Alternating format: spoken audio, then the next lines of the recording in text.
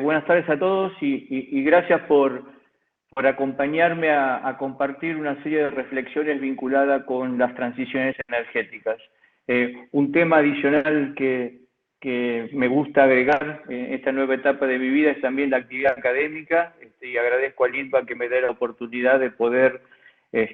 tratar de compartir y de intercambiar experiencias y opiniones con alumnos, con colegas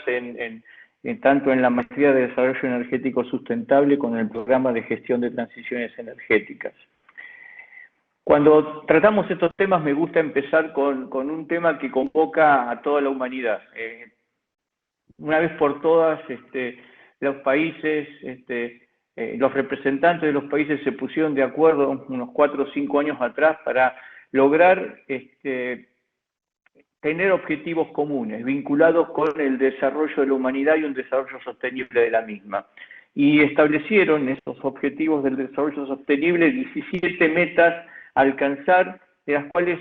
hoy, en esta reflexión que quiero compartir con ustedes, me voy solamente a referir a una, que es la número 7, vinculada con energía asequible y no contaminante.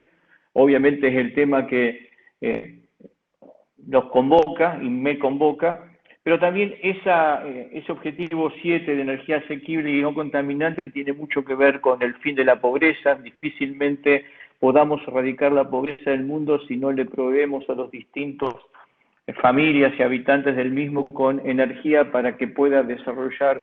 su vida en una manera confortable. Y si de alguna manera con el desarrollo y la oferta de esa energía no nos aseguramos de que no haya una acción que de alguna manera afecte al clima. Y por qué no, en este año tan especial que hemos vivido en el 2020 vinculado con la salud, también la energía es relevante para que en épocas de frío podamos dar confort, o también para que utilizando combustibles no contaminantes que generen material particulado afecten a la salud de la población. Por eso el objetivo de empezar ahora esta reflexión sobre la transición energética con los objetivos del desarrollo sostenible. Ahora bien, ¿qué entendemos por transición energética? O transiciones, como vamos a ver en un ratito. Primero, que la transición energética no es otra cosa que el cambio estructural que experimentan los sistemas energéticos a lo largo del tiempo. Es decir, la conformación de la matriz energética global que nos provee de energía para el desarrollo de nuestras actividades va evolucionando en el tiempo. Y para poder mostrar esa evolución, me gusta mucho utilizar un gráfico de la Agencia de Información Energética de los Estados Unidos que muestra la evolución del consumo en ese país del norte del continente desde el año 1850 hasta el año 2015, en el cual, como ustedes pueden ver en este gráfico, ha habido al inicio de este periodo un alto consumo de la madera, de wood, y algo de carbón. Luego aparece el carbón maximizando su participación en la matriz energética. Hacia inicio del siglo pasado, fines de 1800, aparece el descubrimiento del petróleo y logra tener una preponderancia relevante a partir de los años 60. Luego el gas, y con lo que acá dice primary o primario, estamos hablando de otras formas de energía, como la hidroelectricidad, la energía nuclear y las energías conocidas como renovables variables o intermitentes. Ahora, lo relevante de esto es en el punto de inflexión, cuando el carbón sobrepasa a la madera como parte más relevante de la matriz energética, o cuando el petróleo sobrepasa al carbón como parte relevante de esa matriz energética, y un proceso que todavía no hemos experimentado, donde otras formas de energía sobrepasen a los hidrocarburos fósiles en su conjunto, porque tanto el carbón como el petróleo como el gas natural, que son la parte más relevante de la matriz energética mundial, tienen su origen en la alianza de dos átomos, que es el hidrógeno y el carbono, para a partir de una reacción con el oxígeno producir otros componentes y al mismo tiempo energía. Y simplemente, y no para volver al secundario, quiero recordarle que, por ejemplo, si nosotros oxidamos, hacemos que combustione una molécula de metano con el oxígeno, se forman dos componentes, el dióxido de carbono y el agua, y al mismo tiempo, como esto es una reacción exotérmica que produce energía, se genera energía. Ahora bien, esa energía generada va a depender de cuál sea la característica del producto que estamos combustionando. Y si es gas natural, podrá producir 48 millones de BTU por tonelada. Si es propano, y acá como ustedes ven, si es gasolina, si es diésel o gasoil, o si es carbón, estamos aumentando el contenido de carbono en la molécula de ese hidrocarburo. A medida que aumenta la relación carbón-hidrógeno, el poder calorífico va disminuyendo. Por el contrario, en el caso específico de la generación de dióxido de carbono, que tiene una característica fundamental que es la de permanecer en la atmósfera y generar ese efecto que se conoce como efecto invernadero, que impide que la radiación solar, que no es absorbida por la actividad humana y no pueda ser expelida hacia fuera de la atmósfera y genere una atmósfera que provoca el aumento de la temperatura ambiente, y ese dióxido de carbono se produce más a medida que va aumentando la relación carbono-hidrógeno. O sea que el carbón es uno de los combustibles, el que más produce, y ahí hay un rango en cuanto a los kilogramos de dióxido de carbono por millón de BTU de energía,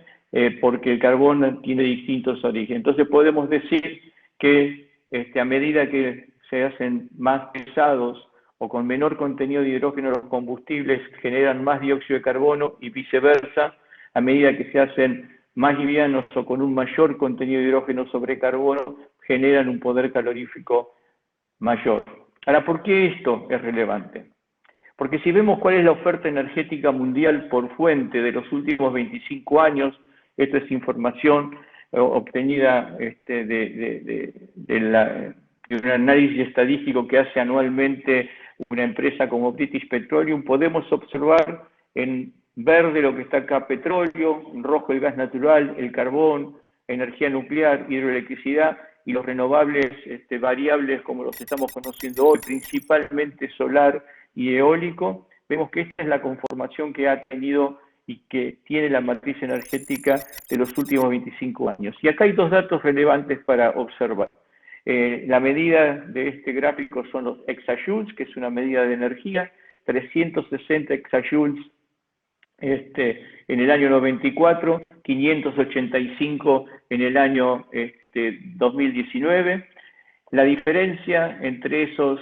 25 años es que se ha producido un incremento del orden del 2% anual. Este 2% compuesto anual llega a ser un aumento del 60%. Y podemos extrapolarlo y decir que cada 35 años de seguir con este crecimiento de la demanda energética, duplicamos la necesidad humana de producir energía para satisfacer sus necesidades.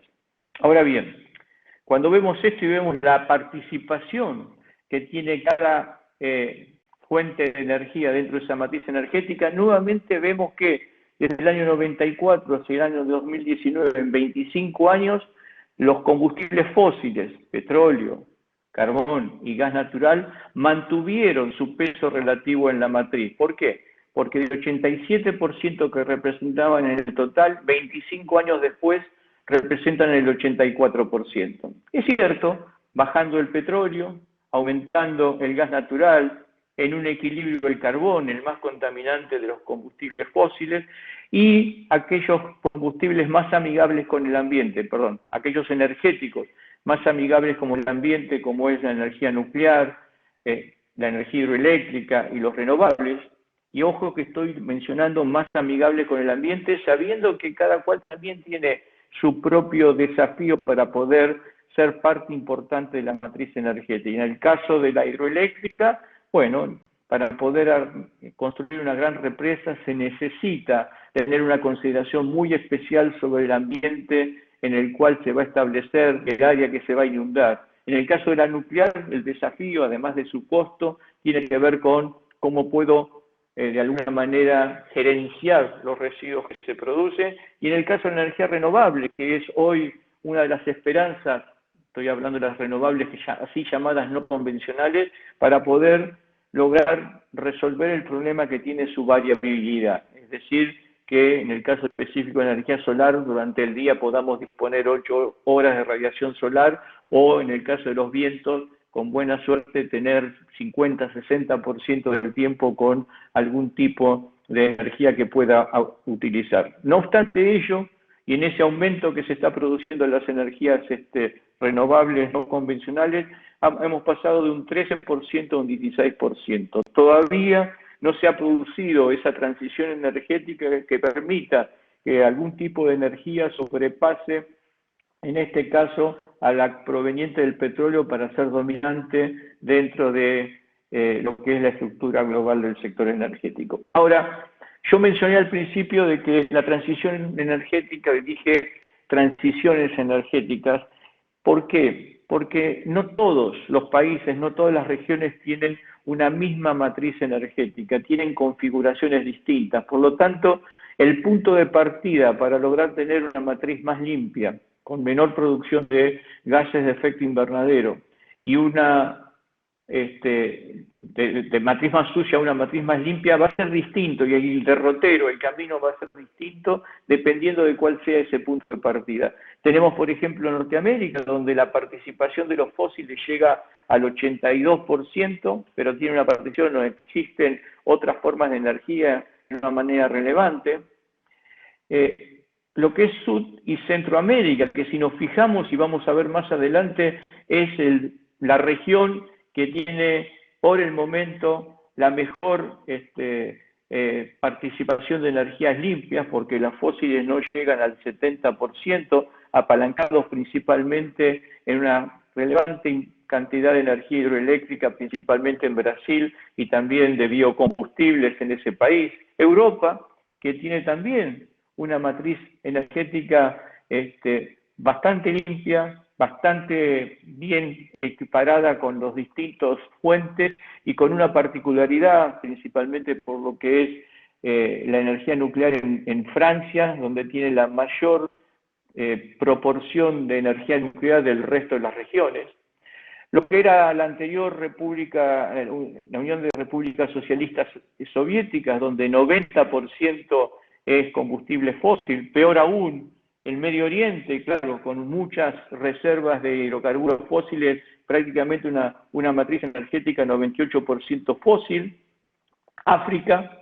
en donde aparte de su pobreza y aparte de la energía que falta a su población, también tiene una conformación bastante sucia. Y por último, Asia-Pacífico, con dos países dominantes que son India y China, en donde la matriz llega al 87-88%, y la particularidad que es la región del mundo donde el carbono tiene la mayor participación en la matriz energética. Ahora, dentro de lo que es el uso de energía también se requiere para generar y principalmente generar energía eléctrica, y estamos yendo a un mundo donde hay cada vez una mayor electrificación, porque esa es la manera que nos permitimos de poder estar utilizando energías más amigables con el ambiente a partir de la transformación en electrones de la misma. Y vemos también aquí que a pesar de ello, y casi en una manera bastante continua en el tiempo, con una caída en los últimos años, la participación del carbón en la generación de energía eléctrica se ha mantenido entre el 38 y el 41%, un incremento en los últimos años en el gas natural, también porque el gas natural, a partir de la posibilidad de poder transportarlo en forma líquida a través de los mares, ha podido llegar a países que no disponen de gas natural, una menor incidencia de la energía nuclear en cuanto a la participación relativa, caída de los combustibles derivados del petróleo y una incipiente aumento hasta llegar al 10-11% del consumo mundial de energía de las energías renovables variables. Pero lo relevante de esto es que en cuanto a generación térmica, es decir, aquella que proviene de la quema de combustibles fósiles, en el año 87, donde empieza este gráfico, teníamos un 63,5% y en el año 2019 otro 63,5%. Es decir que a pesar de que estamos aumentando la oferta energética de otras fuentes más amigables en cuanto a la generación eléctrica, mantenemos casi 2/3 partes a partir de fuentes fósiles. Decía recién que el mundo, es esta línea gris que está en este gráfico, está alrededor del 11% de participación en el año 2019. El 2020, que todavía no tenemos las estadísticas, seguramente va a ser mayor, porque a medida que la actividad económica disminuye debido a las cuarentenas y a las restricciones de movilidad, la necesidad de estar abasteciendo picos con fuentes de energía fósiles ha disminuido y seguramente cuando veamos la estadística del año 2020 la participación de renovables será mayor, pero este gráfico es para demostrar que hay países que claramente están en la delantera, como es el caso de Europa con el 22%, y países que todavía están retrasados o rezagados en ese proceso de transformación de energías sucias en energías limpias. Y cuando vemos la configuración por regiones, vemos una réplica de lo que habíamos visto sobre lo que es el consumo energético primario. En el caso de energía eléctrica, en Norteamérica, el 58% se sigue produciendo a partir de carbón y de gas natural, muy poco a partir de derivados del petróleo. Como decía antes, estamos muy bien posicionados en Latinoamérica, principalmente por Brasil, por la gran cantidad de energía hidroeléctrica y como dije también, a partir de, había mencionado antes biocombustibles, pero no tiene nada que ver con energía eléctrica, acá principalmente está vinculada con más participación de renovables variables. En el caso específico de Europa, también es la región después de Latinoamérica con menor generación eléctrica térmica y tiene mucho esto que ver con la nuclear y la hidroelectricidad y renovables. En el caso específico de Rusia, cercano al 70%, Medio Oriente con la oferta de hidrocarburos arriba del 97%, África en la misma proporción que en el caso de la energía primaria y fundamentalmente China e India, donde gran parte de la energía eléctrica que se produce en esos países, casi el 60%, es a partir de la quema de carbón. Y, por ejemplo, el año pasado en China hubieron 24 nuevas inauguraciones de usinas térmicas a base de carbón, más allá de todas las promesas y el grado de cumplimiento del gobierno chino en cuanto a su compromiso con el Acuerdo de París. Ahora, más allá de que estamos hablando de consumo de energía, no podemos olvidarnos de que hay diferencias entre los países en cuanto a desarrollo económico y por lo tanto los países de menor desarrollo económico también deben esperar llegar al nivel de confort de aquellos países que han alcanzado un nivel de desarrollo mayor. Y por eso vemos que si comparamos el consumo energético per cápita por persona en cada región, expresado en gigajoules, y obviamente en cada uno de los años que estamos acá, observamos que en el caso de Norteamérica es el país donde hay mayor consumo energético per cápita. Recordemos que cada vez que uno va a un hotel, a un restaurante en Estados Unidos y le traen, lo primero que hacen es un gran vaso de agua lleno, repleto de hielo, ahí hay energía, ahí hay electrones, porque para poder enfriar el agua se tuvo que consumir energía, o sea, en forma totalmente exagerada. Después seguido, y con un crecimiento relevante de los países del Medio Oriente, África subdesarrollada por debajo, un crecimiento importante también a partir del desarrollo económico de China, y el mundo está por debajo de los 100 gigajoules per cápita por año, con lo cual todavía la distancia para llegar al nivel de confort, de desarrollo económico de los países más relevantes es de alguna manera determinante de la necesidad que existe de producir energía y al mismo tiempo que esa energía sea de característica limpia. Y esto queda claramente especificado en la correlación que existe entre el índice de desarrollo humano, el famoso índice Gini, que produce las Naciones Unidas, con el consumo energético per cápita, que dice que a mayor nivel de desarrollo económico, desarrollo humano,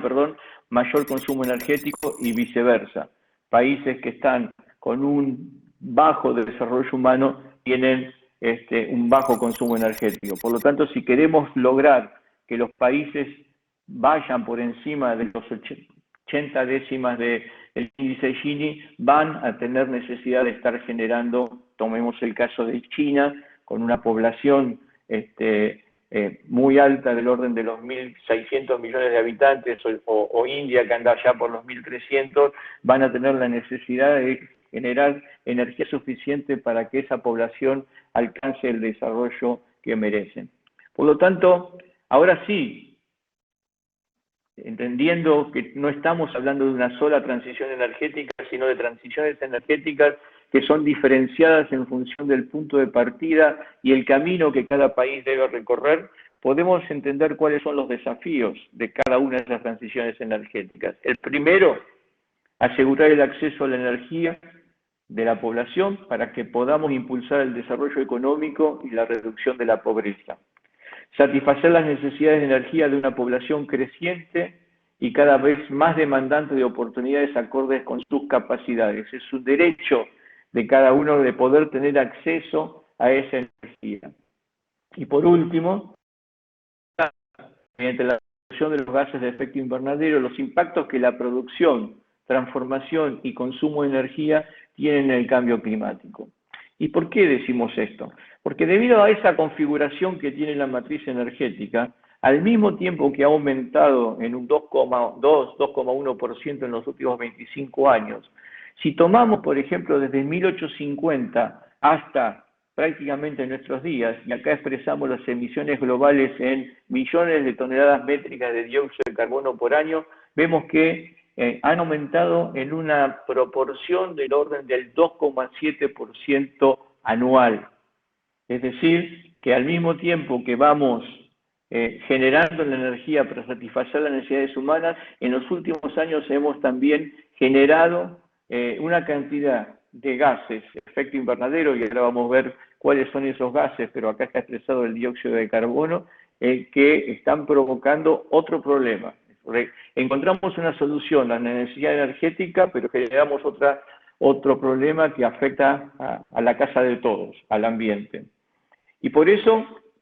cuando hablamos de gases de efecto invernadero, normalmente estamos hablando del dióxido de carbono, pero no es solamente el dióxido de carbono. También tenemos el metano, el gas natural, normalmente proveniente, este metano que se libera a la atmósfera del mismo proceso de producción o de fugas durante el proceso de producción, o también de la descomposición orgánica de organismos animales y vegetales, óxidos nitrosos y otros productos fluorocarbonados. Los listamos acá, y acá hemos hecho, quiero compartir una comparación. Acá está indicado en amarillo cuál es el potencial de calentamiento que tienen cada uno de esos gases de efecto invernadero, y si tomo como referencia uno, el metano es 25 veces más potente en cuanto a afectar el calentamiento. El óxido de nitrógeno los nitrosos son 265 veces y para abajo aún peor. Ahora bien, cuando vemos cuál es la vida de cada uno de ellos en la atmósfera, vemos que el ciclo de vida del dióxido de carbono en la atmósfera es de 100 años, en cambio el metano es de 12 años, y el resto lo pueden leer acá en esta misma pantalla, lo cual es referencia en cuanto a la relevancia que tienen principalmente estos dos en la combinación de efecto de calentamiento junto con la persistencia que tienen en la atmósfera. Ahora bien, si tomamos las emisiones por sector, el sector de la actividad económica, vemos en la parte de la izquierda que el 72% está vinculada de una manera u otra con la energía que se utiliza para el transporte, los combustibles principalmente líquidos, gasoil, nafta que utilizamos para transportar, la energía que se usa para producir calor y electricidad, la energía que se utiliza ¿Perdón? Ok. La energía que se utiliza en procesos industriales y en otros sectores, como puede ser la agricultura, también es relevante para lo que es la emisión de gases de efecto invernadero. Acá están expresados los porcentajes. Vemos las principales economías, es un poco también un correlato de lo que hablábamos antes vinculado con las emisiones y la energía generada. Acá vemos, por ejemplo, los países de la Unión Europea, los 28 países de la Unión Europea en verde, los Estados Unidos, donde han mantenido el nivel de generación de gases de efecto invernadero, ¿no? Ahora bien, la Federación Rusa, que claramente está creciendo, y lo que es India, por ejemplo, China quise decir, no Federación Rusa es esto, China que ha crecido e India que ha crecido, vinculados principalmente por la gran población que tienen y, como decía antes, por la relevancia o la preponderancia que tiene las plantas de generación eléctrica a base de carbón. Si lo analizamos per cápita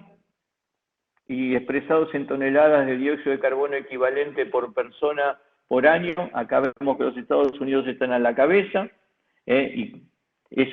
el mundo está 3 veces por debajo en su promedio de lo que es Estados Unidos, pero también debemos recordar que la importancia que tiene China e India por la gran población que ellos tienen cuando logren tener, si no limpian su matriz, un mayor consumo energético a razón de ese 2% anual que está aumentándose.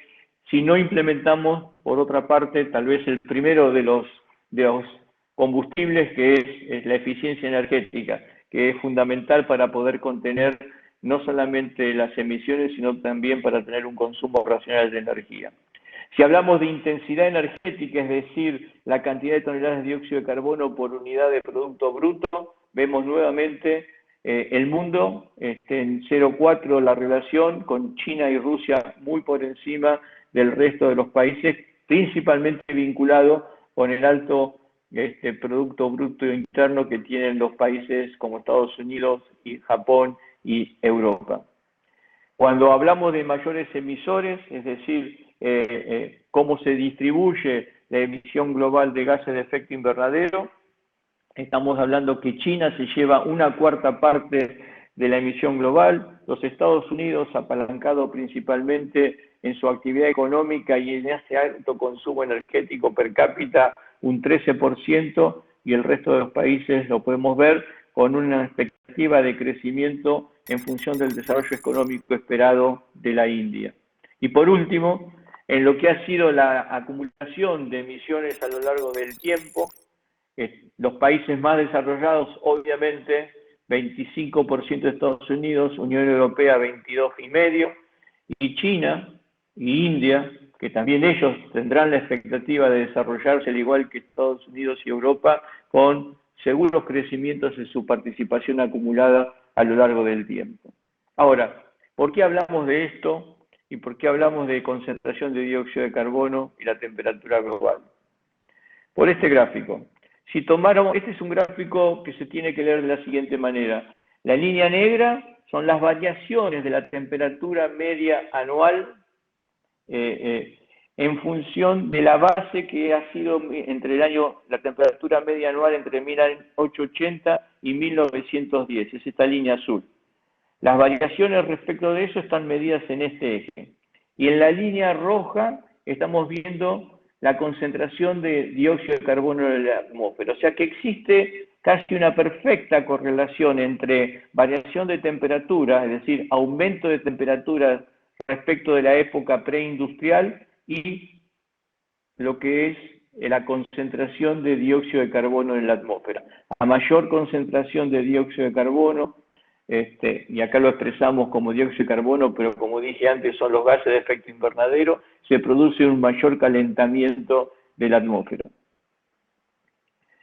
Esto es lo que ha ocurrido desde 1955 hasta la fecha, hasta enero, hasta febrero. Ahora vamos a ver los datos del sábado pasado en el observatorio en Hawái, en Mauna Loa, en donde podemos ver en líneas rojas las variaciones anuales que sufre la concentración de dióxido de carbono, pasando de 320 a 420. Cuando tomamos cada década, podemos ver que en cada década, la década del 60 al 70, la concentración de dióxido de carbono subió 6 partes por billón, en 70 al 80,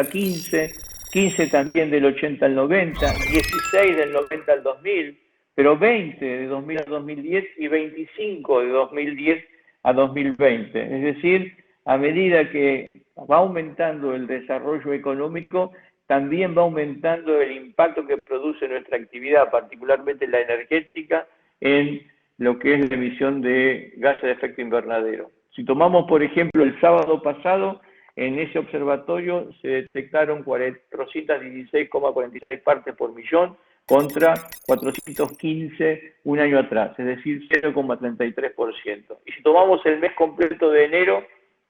de este año, el mes pasado, 415,24 contra 413, un 0,45% de aumento. Ahora bien,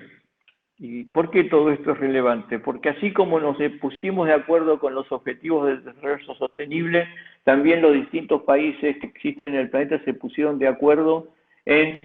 un compromiso que es conocido como el Acuerdo de París, un compromiso que se inició en el 2015 y que se fue firmando en el 2016 y 2017. 197 países lo han firmado, por el cual nos hemos comprometido a mantener el aumento de la temperatura media mundial muy por debajo de 2 grados centígrados con respecto al nivel preindustrial y proseguir los esfuerzos para limitar ese aumento de la temperatura a 1,5 con respecto a los niveles preindustriales, reconociendo que ello reduciría considerablemente los riesgos y los efectos del cambio climático. Ya vamos por 1,2, 1,3. Por lo tanto, ¿cuál va a ser la trayectoria de la concentración de gases de efecto invernadero? Más allá del salto que ha tomado hacia abajo respecto de lo que es la generación de dióxido de carbono, no así de concentración en la atmósfera, y este salto negativo provocado por las medidas de restricción en la movilidad, acá podemos ver que para llegar al 2% necesitamos cortes del orden del 2,7% anual. Y para llegar al 1,2%, no, a 2 grados centígrados de temperatura por encima del nivel preindustrial. Y para llegar al valor más restrictivo de 1,5 grados centígrados, cortes del orden del 7,6%. Obviamente, si en lugar de que eso ocurra en el 2030, 2035, ocurre en el 2050, va a ser menos por año, pero no obstante sigue siendo un desafío mayúsculo que la humanidad logre llegar a ese objetivo. Se requiere una acción rápida y drástica para limitar el calentamiento del planeta. Ahora bien, ¿cuál es la perspectiva, y ya llegando hacia el final de esta reflexión que quiero hacer con ustedes? ¿Cuál es la perspectiva de la energía global? De acuerdo con la Agencia Internacional de la Energía, la IEA, algunas características de lo que ha sido y lo que es el desafío energético que tenemos por delante. A pesar de la caída que hubo en el año 2020 de la emisión de gases de efecto invernadero, estamos lejos de reducirlos decididamente. El sistema energético global durante el año 2020 recibió un fuerte ajuste, una demanda que cayó en algo más del 5%, emisiones que cayeron por encima del 7% y lo que es más relevante, la inversión en energía cayó un 18%. Ahora, hacia futuro, y si hablamos de escenario, no hay un único camino esperable. La IEA identifica 4 potenciales caminos. Uno es el de aquel que ya las políticas han sido declaradas por los distintos países. Ahí están las siglas de ese escenario. Otro, en el cual la salida de la pandemia es más demorada debido a que hay nuevos ciclos de contagio a medida que no se puede ir vacunando a la población universal. Hay otro escenario que es el desarrollo sustentable, de alcanzar ese equilibrio que permita cumplir con el acuerdo del país, y aparece uno que está vinculado con la promesa y la expectativa de algunos países que ya se están dando a conocer en muchos lugares del planeta, de lograr emisiones cero hacia el año 2050. Ese es el último de los escenarios, el de Net Zero Emissions a partir del año 2050. Ahora bien, la crisis y también la baja inversión debido a que la energía ha dejado de ser rentable debido a la poca actividad económica, normalmente afecta a los más vulnerables. Simplemente como para dar un ejemplo, en el África subsahariana, de abajo del Sahara, hay 550 millones de habitantes que no tienen acceso a la energía eléctrica. Estamos bien, la agencia está vislumbrando que la energía solar empieza a verse como el nuevo rey en la generación eléctrica, pero claramente va a depender mucho del desarrollo de lo que son los sistemas de acumulación de energía para poder utilizar la energía solar en momentos en donde no hay irradiación solar. La caída en la demanda y la consecuencia que tiene la inversión agrega más riesgos en el corazón del sistema eléctrico, que son las redes de distribución. Y objetivamente, si no hay inversión para poder mejorar la confiabilidad de esas redes, va a ser difícil de que podamos satisfacer una demanda creciente. Un tema interesante y atractivo es que la pandemia catalizó una caída estructural en la demanda de carbón,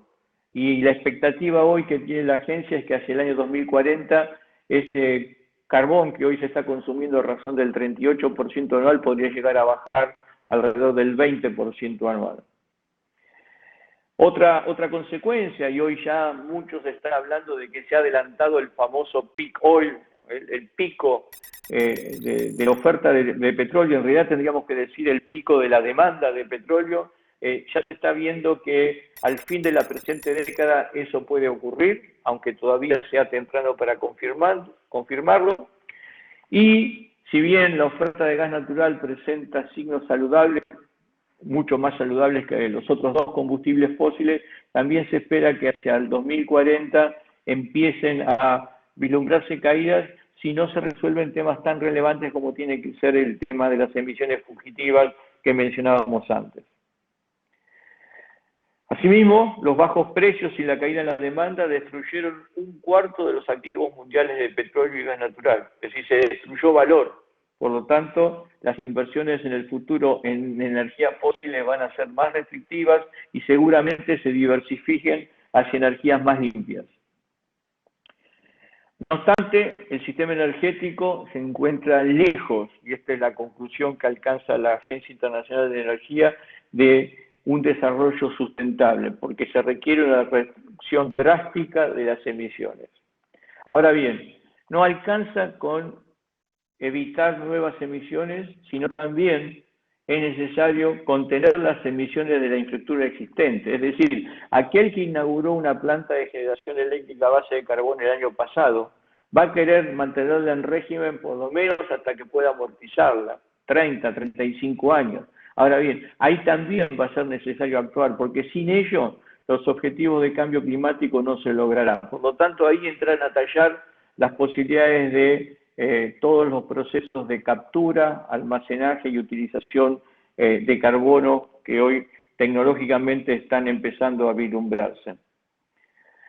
La transformación energética va más allá del sistema eléctrico, no es solamente generar energía eléctrica más limpia, sino también hay que ver cómo se puede transformar la manera de consumir energía en el sector industrial, especialmente en los muy intensivos, como es la producción de de cemento y la producción de acero, y también en el transporte de larga distancia. El transporte de corta distancia se puede hacer a partir de motores eléctricos y el consumo de electricidad. El de larga distancia es un poco más difícil y ahí hay que encontrar una solución.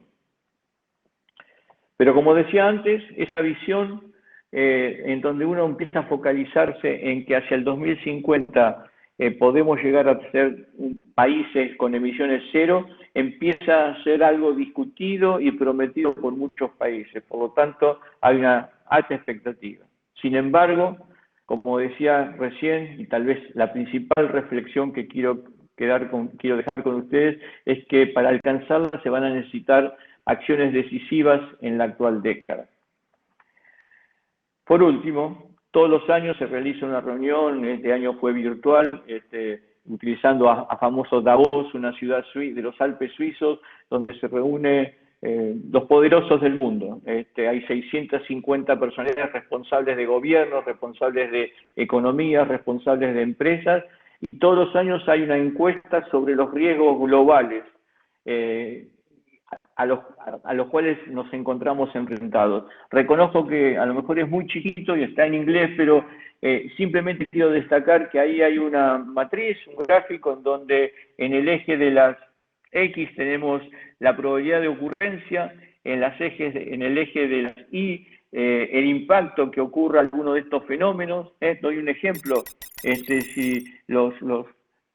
armas de destrucción masiva, bueno, la probabilidad de que se pongan en utilización es muy baja, si se pusieran el impacto es muy alto, pero quiero llamarla una infección, enfermedades infecciosas. La ocurrencia, y luego de lo que estamos experimentando del COVID, es muy alta y el impacto es también muy alto, pero lo que quiero llamar la atención que en lo que está remarcado aquí, que una falla en la acción para mitigar el impacto climático, daños humanos al ambiente,